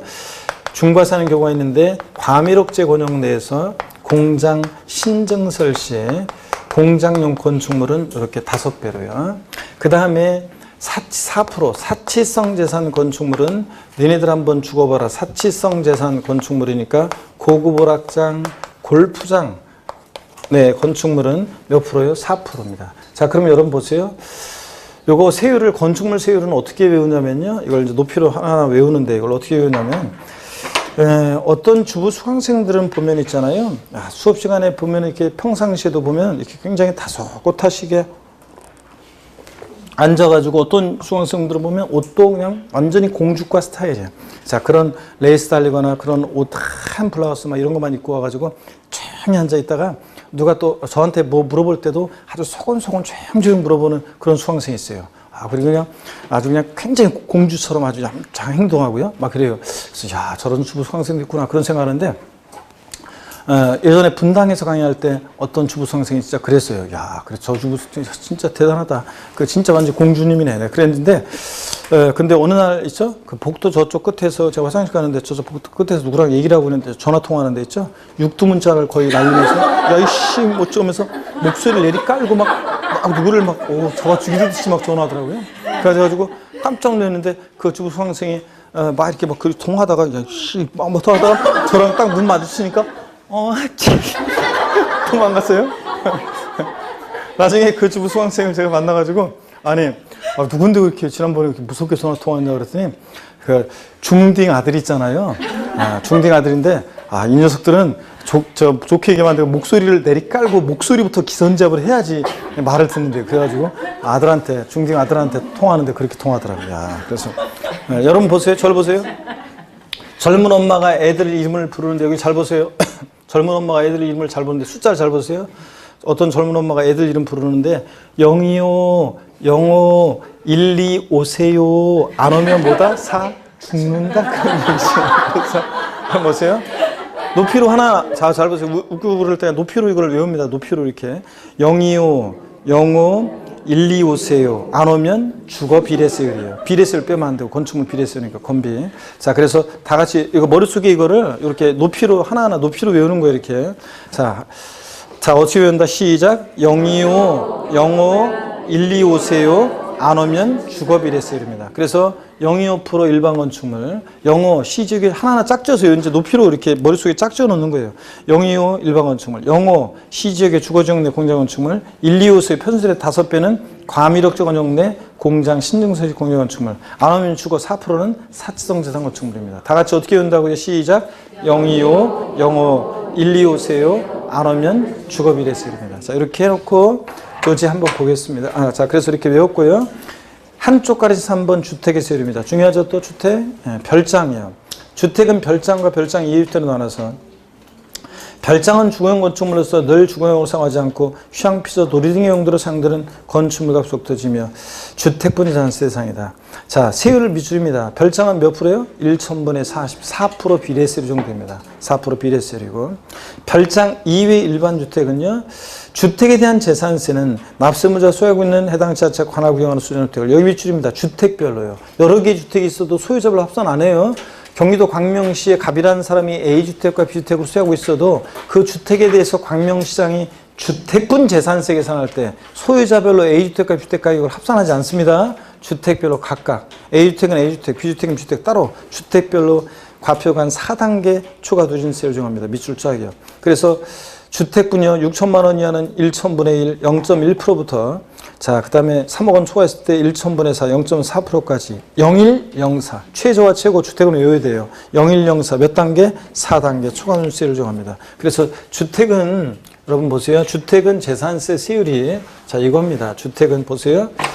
주택은 세율이 주택은 별장과 별장 2배 주택으로 나눠서 별장은 몇 프로요? 별장은 4% 비례세율이고 별장 2회 일반 주택은 0104 0.1에서 0.4%까지 0104 몇 단계요? 4단계 0104 4단계 초과 누진세를 정하고 이거 안 보이겠네요. 여기? 괜히 쫄았네. 저 안 되겠네요. 저쪽 가서 써드릴게요. 주택이 안 보이겠네. 자, 어떤 얘기냐면 주택에 대한 세율은 이쪽에서 한번 소개해 드리겠습니다. 자, 보시면 세 번째로 주택에 대한 세율입니다. 주택. 자, 주택은 별장은 4% 1,000분의 44% 비례세율이고 그 다음에 별장 이외 일반 주택은 보세요. 0104 0.1에서 0.4%까지 0104 몇 단계요? 4단계. 과표간 4단계로 되어 있죠. 4단계 초과 누진세율이 정도예요. 그 다음에 주택은 여러 개 주택이 있을 때 소유자별 합산하지 않고 어떻게 합니까? 주택별로 각각이요. 자, 여러 개 주택 소유자별 합산하지 않고 주택별로 각각. 그 다음에 고급 주택이나 고급 주택도 여기 주택에는 어떻게 한다? 고급택도 포함입니다. 고급택도 똑같이 일반 주택과 똑같이 초과 누진세율입니다. 고급택도 초과 누진세율입니다. 여러분, 고급택도 포함해서 초과 누진세율이다. 자, 이렇게 해서 여러분들 이 내용을 꼭 알아두고요. 교재 보겠습니다. 그래서 213페이지 받고 214페이지로 갑니다. 니은번 한번 보시면요. 니은번 한번 보시면 니은번 봅니다. 주택을 2명 이상이 이것도 한 2번 나왔어요. 몇 번. 주택을 2명 이상이 공동으로 소유하거나 토지 건물의 소유자가 다를 경우에 해당 주택에 대한 세율을 정할 때 해당 주택의 토지 건물의 가액을 쫙 밑줄입니다. 해당 주택의 토지 건물의 가액을 합산한 과세표준액에 초과 누진세를 정한다. 밑줄 짝입니다. 그래서 포인트는 자 합산한 그런 얘기입니다. 합산한 과세표준액에. 그래서 주택분산세는 주택과 부속토지 통합하여 과세한다. 여러분 여기를 보세요. 어떤 얘기냐면 저를 보세요. 만약에 어떤 주택이 있는데요. 이 주택의 역시 건물과 토지 소유자가 달라요. 주택의 건물 소유자는 갑이고 주택의 토지 소유자는 을이에요. 그러면 주택의 건물과 토지 자 보세요. 소유자가 다르더라도 주택분산세 계산할 때는 2인 이상 공동 소유더라도 건물과 토지 합산한 과세표준액에 하나로 합친 합산한 과세표준 금액에다가 합산한 과세표준 금액에다가 여기다가 이제 주택의 세율을 적용해서 주택 세율을 적용해서 세액을 계산한다는 얘기입니다, 여러분. 자, 그런데 시험에서 이거 바꿔서 나온 것이 주택의 건물과 토지 소유자가 다를 때는 주택의 건물과 토지를 구분한 과세표준액 이름 틀려요. 건물과 토지 구분한 건물은 건물, 토지는 토지 구분한 과세표준액이 아니라 자 어떻게 한다? 합산한 건물과 토지 합산한 과세표준액입니다. 하나로. 그래서 여기 세액 나왔어요. 그럼 아까 납세의무자가 누가 되느냐는 건데 이럴 때 건물과 토지 소유자가 다를 때 누가 납세의무자가 되느냐? 건물과 토지 C가 표준액 비율로 나눠서 자 나온 세액의 60%는 토지 소유자를 40%는 주택 소유자 갑이나 납세의무자가 된다 그런 얘기입니다. 아까 납세의무자가 연결되는 거예요. 예? 그래서 주택은 항상 건물과 토지 하나로 통합평가해서 건물과 토지 소유자가 다르든 2인 이상 공동소유든 건물과 토지 합산하는 과세표준 금액에 주택 세율 정해서 세액 계산해. 누가 납세의무자가 돼? 건물과 토지 C가 표준액 비율, 면적 비율 아니고 C가 표준액 비율로 나눠서 누가 납세의무자? 소유자를 납세의무자로 본다. 이런 얘기입니다. 이해되십니까 여러분? 여기 이런 얘기입니다. 자, 그 다음에 동그라미 3번 고급주택은 일반주택과 똑같이 어떻게 한다? 초과세율을 정합니다. 시험에서 지방세법상 취득세가 중과세되는 별장 및 고급주택의 재산세 표준세율은 1,000분의 40이 적용된다. X입니다. 별장은 그렇지만 고급주택은 아닙니다. 주의하고 선박 항공기 보입니다. 고급 선박이 최고 높아요. 재산세에서 1,000분의 55%고요. 그 다음에 그 밖의 선박은 항공기는 0.3%예요. 1,000분의 3. 고급 선박 밑줄이죠? 1,000분의 55%라는 거 밑줄이고요. 그 다음에 양가로 3번 중과세율 대상 나오는데 아까 나왔던 거예요. 중과세율 중대상. 수도권 정비계획법 규정에 따른 과밀업체 원역에서 공장, 도시용 공장 제외하고 밑줄 신설 증설하는 경우에 그 공장의 건축물에 대해서는요. 최초 과세기일로부터 그러니까 공장 신증세율부터 그러면 틀려요. 최소 과세기일로부터 몇 년간? 5년간. 보유세다 보니까 한 번 중과세 끝나지 않고 5년간 표준세율 0.25%의 몇 배? 100분의 500, 5배 당하는 세율 중에. 그러니까 0.25%의 5배니까 125세요. 1.25%가 되는 거예요. 025, 05, 125세요. 이거. 자, 그래서 쫙 매출이고요. 공장의 범위와 적용 기준은 참고적으로 읽어보시고, 그, 한쪽 양가로 4번 그 재산세 도시지역분 있죠? 여기부터 이제 아무래도 다음 시간에 봐야 될 것 같은데 시간이 지금 저기 정확하지가 않으니까 몇 분이 되는지 알 수가 없으니까 강의하기가 25분? 아 끝날 때가 됐구나. 그러면 시간을 모르니까 시간을 모르니까 그래서 오늘 어려운 내용들도 많이 배웠습니다. 오늘 요까지 일단 하고요. 여러분 저 봅니다. 요까지 하고 재산세 세율까지만 배웠습니다. 저를 봅니다, 여러분들. 오늘 배운 거 빨리 한번 복습하고 갈게요. 몇 가지만. 자.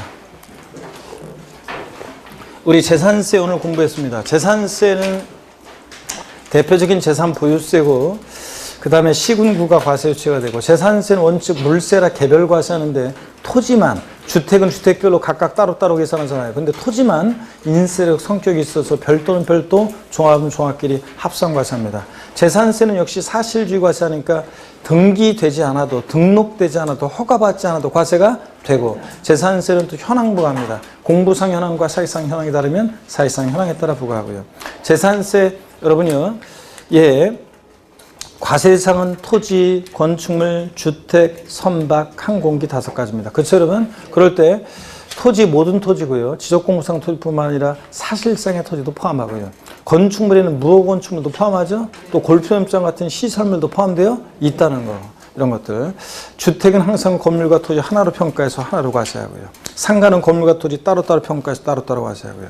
선박 항공기는 대상이라는 것만 알면 됩니다. 다시 어떤 거라고요? 재산세상은 토지, 건축물, 주택, 선박, 항공기 5가지입니다. 그 다음에 재산세 토지요. 모든 토지를 토지 이용 모습에 따라, 그 전에 그 겸용주택 하나 해야 되겠네요. 주거와 주거 이에 용도에 겸용되는 겸용주택. 이걸 주택으로 보느냐 상가로 보느냐에 따라서 재산세가 달라지는데 그때 1동의 건물 한 개 동, 1동 건물이 주거와 주거 이에 용도에 겸용될 때 주거용으로 사용되는 면적이 100분의 50 이상인 경우에 주택으로 봅니다. 그렇죠? 아닙니다. 1동 건물 한 개 동, 1동 건물은 주거 면적이 크든 작든 주거 분만 주택입니다. 주거 분만 주택. 근데 독립하여 구역이 된 1구 건물이 항상 뭘 기억해? 50%. 주거용 상면적이 50% 이상이면 얘는 전부 주택입니다. 50% 안 되면 주거 분만 주택이고 50%면 이상이면 전부 다 주택입니다. 그래서 1구 건물 나오면 항상 겸용주택 판정할 때 50% 기억하고 1동 건물은 면적에 비해서 주거 분만 주택이고. 아셨죠, 여러분? 그 다음에 재산세 토지용 구분이요. 우리 재산상이들은 모든 토지를 우리가 분리, 별도, 종합으로 분리는 저율분류와 고율분류로 나눴었습니다. 그럴 때 분리대상 토지는 세율을 통해서 세분화해서 외워두셔야 되는데 007, 빵14, 비례세율이요. 007% 저율비상 토지는 어떤 게 있냐? 농지, 목장, 예외적인 의미합니다. 그럴 때 농지요. 농지는 개인이 수여하는 자격농지와 법 및 단체 소유농지로 나눠져요. 그럴 때 개인이 수여하는 자격농지는 토지용 문제 풀 때 뭘만 봐요? 위치만 봐요. 있을 곳에 있냐. 그러면 제가 읊어볼 때니까 딱 들으면서 반사적으로 위치만 딱 생각해봐요. 있을 곳에 있으면 분리, 있을 곳에 있지 않으면 종합이에요. 자, 반사적으로 위치만 파악하면서 빨리 대답합니다. 군 읍면지역에 있는 개인 소유 자격농지요. 분리해요. 군 읍면적 깡촌이니까. 그 다음에 도시지역 밖에 있는 개인 소유 자격농지요. 분리해요. 도시지역 내에 주거지역, 상업지역, 공업지역 내에 있는 농지. 종합.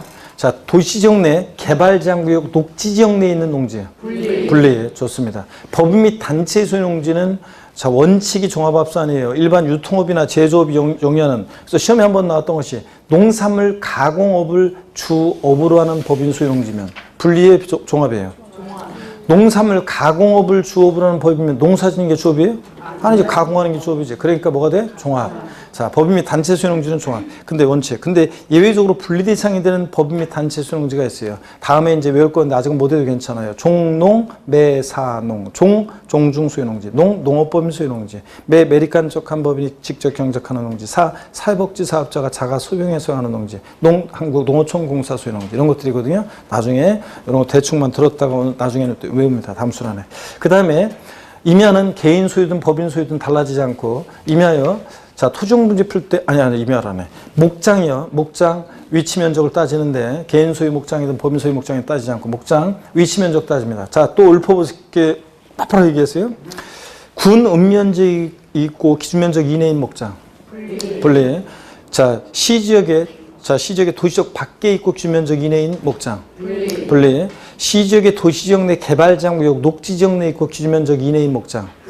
분리입니다. 개발제한구역, 녹지지역은 있을 곳에 있어요. 기준면적 이내 분리. 자, 시지역의 도시지역 내 개발제한구역, 녹지지역 이외, 주거지역, 상업지역, 공업지역 내에 있고 기준면적 이내인 목장. 종합. 앞동네 뭐라고 돼 있든 좌우지간 뒷동네 기준면적으로 초과한 목장 뭐가 돼? 종합이고. 그 다음에 또 봅니다. 임야는 원칙적으로 여러분이 시골에 개인이나 법인이 수여하고 있는 임야는 뭐가 된다? 종합합산입니다. 근데 예외적으로 분리대상이 되는 임야가 있는데 종중이 수여하는 임야? 종합. 아이고 말이 건너간다. 분리. 종중 수여하는 임야? 분리. 그 다음에 무슨 법 나오고 무슨 지구 구역 내에 있는 임야들이 공익목적 임야로서 분리였습니다. 그죠, 여러분? 뭐 자연공원법에 따른 공원자연 환경지구 안의 임야, 뭐 개발제한구역 내 임야, 상수원보호 구역 내에 있는 임야, 이렇게 해가지고, 예? 군사기준및 군사시설 보호법에 따른 제한보호구역 내에 있는 임야, 이런 식으로 해서 법 나오고 무슨 지구 구역 내에 있는 임야가 뭐가 된다? 분리요. 보존산지 안의 임야는 분리인데, 준보존산지 안의 임야는 뭐고? 별도합산. 준보존산지 안이면 별도합산. 그냥 보존산지 안이면은 분리. 이런 거. 자, 그 다음에 등등 있었고요. 임야. 그 다음에 농지, 목장, 임야. 007% 다 받고. 그 다음에 빵2% 공장도 한번 읊어볼게요. 공장, 군 읍면적이 있고 기준면적 이내예요. 분리. 공장이 시지역의 도시역 밖에 있고 기준면적 이내예요. 분리. 시지역의 산업단지, 공업지역 내에 있고 기준면적 이내예요. 산업단지 공업지역이면 공장이 있을 곳에 있는 거예요? 있을 곳에 안 있는 거예요? 있을 곳에 있는 거잖아요. 산업단지 공업지역에 있고 주면적 이내면 뭐? 분리. 근데 공장이 시지역의 산업단지나 공업지역 이외 주거지역이나 상업지역에 있고 주면적 이내면? 예? 요거 주열했잖아요. 공장이 시지역에 주거지역이나 상업지역에 있을 때는 있을 곳에 있지 않을 때는 일반 공장 건축물의 부속토지 보지 않고 일반 건축물의 부속토지를 봐요. 일반 건축물의 부속토지가 길면적 이내면 뭐가 돼? 별도 합산. 요거 주의하라고 했죠 아까.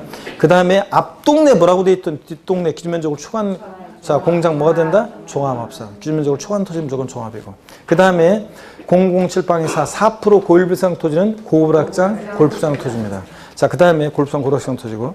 그 다음에 이제 분리상 토지 다 봤고 007방에서 그 다음에 별도 합산상 토지예요. 일반 건축물의 부속 토지가 기준면적 이내면 뭐가 되고 별도. 기준면적으로 초과한 면적은 뭐가 돼? 종합. 그 기준면적을 어떻게 계산하느냐? 건축물 바닥면적에다가 용도지역에 따른 적용 비율이라는 걸 곱하는데 아직은 못해도 괜찮지만 상업지역 같으면 용도지역에 따른 적용 비율이 3배, 공업지역은 4배. 이걸 곱한 금액입니다. 저 면적입니다. 그래서 어떤 상가 건축물의 바닥 면적이 200이고 전체가 1000이다. 그럼 바닥 면적 상업적이 있다. 그럼 바닥 면적 200에다가 용도지역에 따른 적용 비율 3배. 2, 3은 6. 600제곱미터가 기준 면적 이내니까 별도. 전체 1000에서 600을 뺀 나머지 400이 기준 면적으로 초과한 면적이니까 뭐가 돼? 종합. 이런 식으로 문제 푸는 거예요. 자, 그 다음에 일반 건축물의 부속 토지로 의제 보는 토지들이 엄청 많이 있었는데 업종의 특성상 공지를 필요한 업종이에요. 그래서 자동차 운전학원용 토지, 운수회사의 차고지, 레미콘 제조업용 토지, 야적장, 컨테이너 장치 컨테이너 장치용 토지, 무슨 뭐 건설계 주기장, 옥외 작업장용 토지, 견인된 차 보관용 토지, 장사경영 법률에 따른 법인묘지용 토지, 주운보존산자네이며 박물관, 미술관, 동물원, 식물원 등의 야외 전시장용 토지, 뭐 이런 것들이요. 종묘 사업장용 토지, 뭐 이런 것들. 업종의 특성을 상상해 보면 공지를 필요로 하는 업종들, 이런 것들은 뭐가 된다? 별도 합산과 같습니다, 여러분. 여러분 달달달 못 외우더라도 대충들이 자꾸 익혀둬야 돼요. 그 다음에 또요, 종합합산상 토지요. 자, 분리나 별도에 속하지 않은 나머지 토지는 다 뭐가 돼? 종합. 우리가 지금 하면서 뭐 종합 나왔잖아요. 지금 있을 곳에 있지 않는 농지나 뭐 기준면적으로 초과한 목장이나 쭉 나왔고. 또 꼭 기억할 거. 건축법상 허가받지 아니한 건축물의 부속 토지 뭐가 돼? 종합. 건축물 나대지로 봐서 이거 시험에 여러 번 나왔어요. 건축법상 허가받지 않은 건축물의 부속 토지는 종합. 그 다음에 또 건축물의 시가 표액이 그 부속 토지 시가 표액이 몇 프로? 2%에도 미달할 때 이런 저가격 건축물 바닥 면적은 뭐가 되고 별도. 바닥 면적을 제외한 토지는 뭐가 되고 종합 합산이 됩니다. 나중에는 이제 이런 거 사례 연습도 해볼 거고요. 요전 정도요. 오늘 그래서 토지용 구분만 일단 복습을 납세무자는 뭐 지난 시간에 일요일 달에 많이 했기 때문에 오늘 요 정도 하고 다음 시간에 여러분들 다음 주에는 재산세 다 보고 종부세까지 이렇게 보도록 하겠습니다. 고생 많으셨고 다음 주에 씩씩한 모습 다시 뵙겠습니다. 고맙습니다. 수고하셨습니다, 여러분. 예.